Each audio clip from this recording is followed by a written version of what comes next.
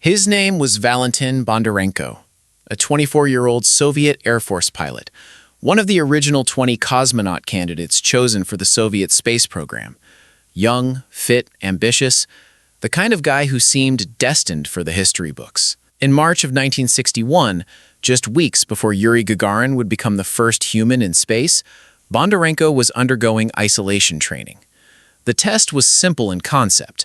Lock a man in a sealed chamber for 10 days. See how his mind and body hold up under pressure. The chamber was pressurized with a high concentration of oxygen, higher than what we breathe on Earth. This detail seems small. It wasn't. Bondarenko tried to put it out with his own clothing.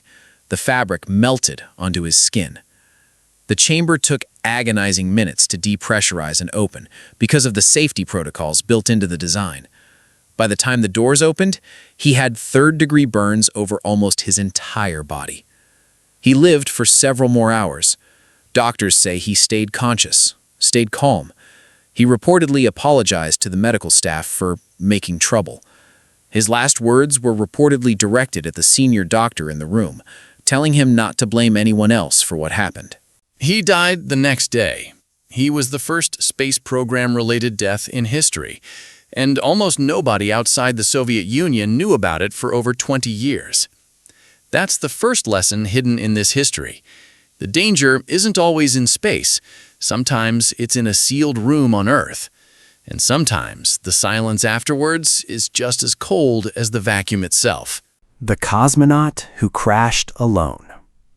3 months after Apollo 1, the Soviets had their own disaster.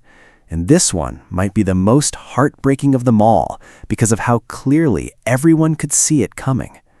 Vladimir Komarov, April 1967, Soyuz 1. Komarov wasn't naive. He reportedly knew going into this mission that the spacecraft had serious problems. Engineers had found over 200 issues during testing. Many were never fixed before launch. Soviet leadership wanted the mission to fly anyway, partly to mark the anniversary of Lenin's birthday with a political win. According to several accounts that emerged later, Komarov even told friends he expected he might not survive. But he flew anyway. Some reports suggest he made the choice specifically so that his backup, fellow cosmonaut Yuri Gagarin, wouldn't have to take the risk instead. Once in orbit, things started going wrong almost immediately. One of the solar panels failed to deploy, which crippled power supply and disrupted navigation systems. The spacecraft began to spin and tumble. There are unverified claims circulated for decades that Komarov's final transmissions included him expressing anger at the people who sent him up in a spacecraft they knew wasn't ready. Whether or not those exact words are real, the broader truth isn't in question.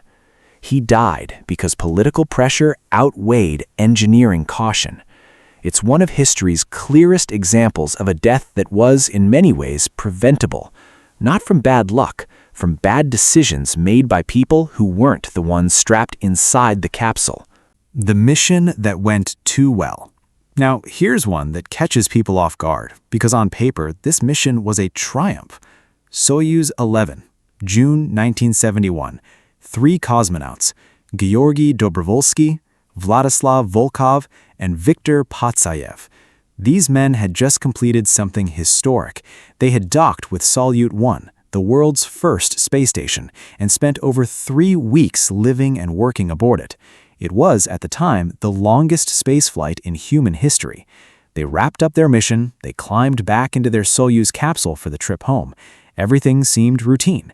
Then, during the return journey, something happened that nobody on the ground could see, and nobody inside the capsule could fix in time.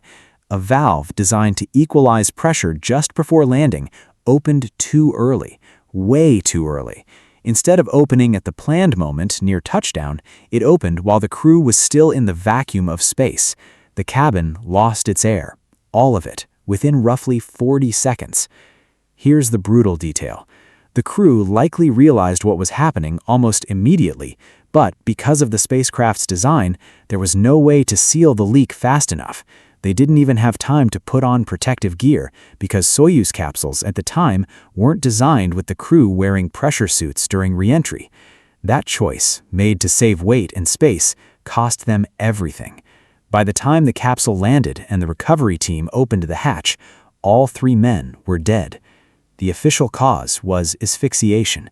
To this day, Dobrovolsky, Volkov, and Patsayev remain the only humans to have died in actual space beyond the edge of Earth's atmosphere, rather than during launch or re-entry phases closer to the ground. After this, the Soviets mandated that cosmonauts wear pressure suits during launch and landing, a rule that exists in some form across the world's space programs to this day. The disaster the whole world watched. Now we get to the one most people actually remember, because this one happened live on television in front of millions.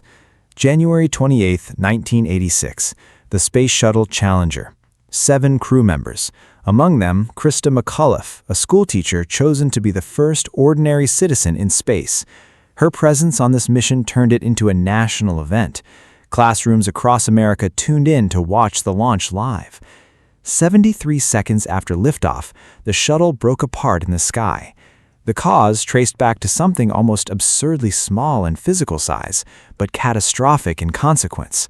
A rubber O-ring seal in one of the solid rocket boosters failed because of unusually cold temperatures on launch morning. That seal was supposed to contain hot gases inside the booster.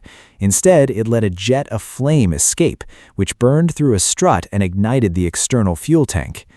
What's haunting is that engineers had warned about this exact risk the night before launch. They knew the cold temperatures could compromise the O-rings. Some pushed hard to delay the launch. They were overruled. Investigations later revealed that the crew compartment likely survived the initial breakup. Several switches inside were found to have been manually flipped after the explosion, suggesting at least some crew members were alive and conscious in the seconds following the disintegration. The compartment fell for almost 3 minutes before slamming into the ocean. NASA has never definitively confirmed how long the crew remained conscious during that fall. The Challenger disaster reshaped how NASA and, frankly, how the world thought about institutional pressure. It became one of the most studied case examples in engineering ethics, precisely because the warning signs were there, documented, and dismissed anyway. 17 years later, almost the same lesson had to be relearned the hard way. February 1st, 2003. Space Shuttle Columbia. 7 astronauts aboard, returning home after a 16-day mission. During launch, a piece of foam insulation broke off from the external fuel tank and struck the shuttle's left wing. This kind of foam strike had happened before on other missions, often without serious consequence. So this time, it wasn't treated as an emergency. But this strike was different.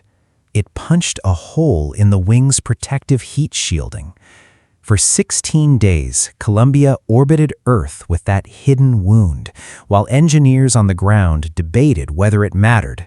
Some pushed for further investigation. Their concerns didn't escalate the way they needed to. When Columbia began its re-entry into Earth's atmosphere, superheated gas reaching thousands of degrees found its way into the damaged wing through that hole. It melted internal structures from the inside out. The shuttle began breaking apart over Texas, live on tracking cameras, while families waited at the landing site in Florida for a homecoming that would never happen. All 7 crew members died. Debris from the shuttle rained down across multiple states. Investigators later concluded the disaster wasn't just about a piece of foam. It was about a culture that had become numb to warning signs. Foam strikes had happened often enough that they'd become normalized, treated as routine rather than dangerous, right up until the moment that normalization killed 7 people.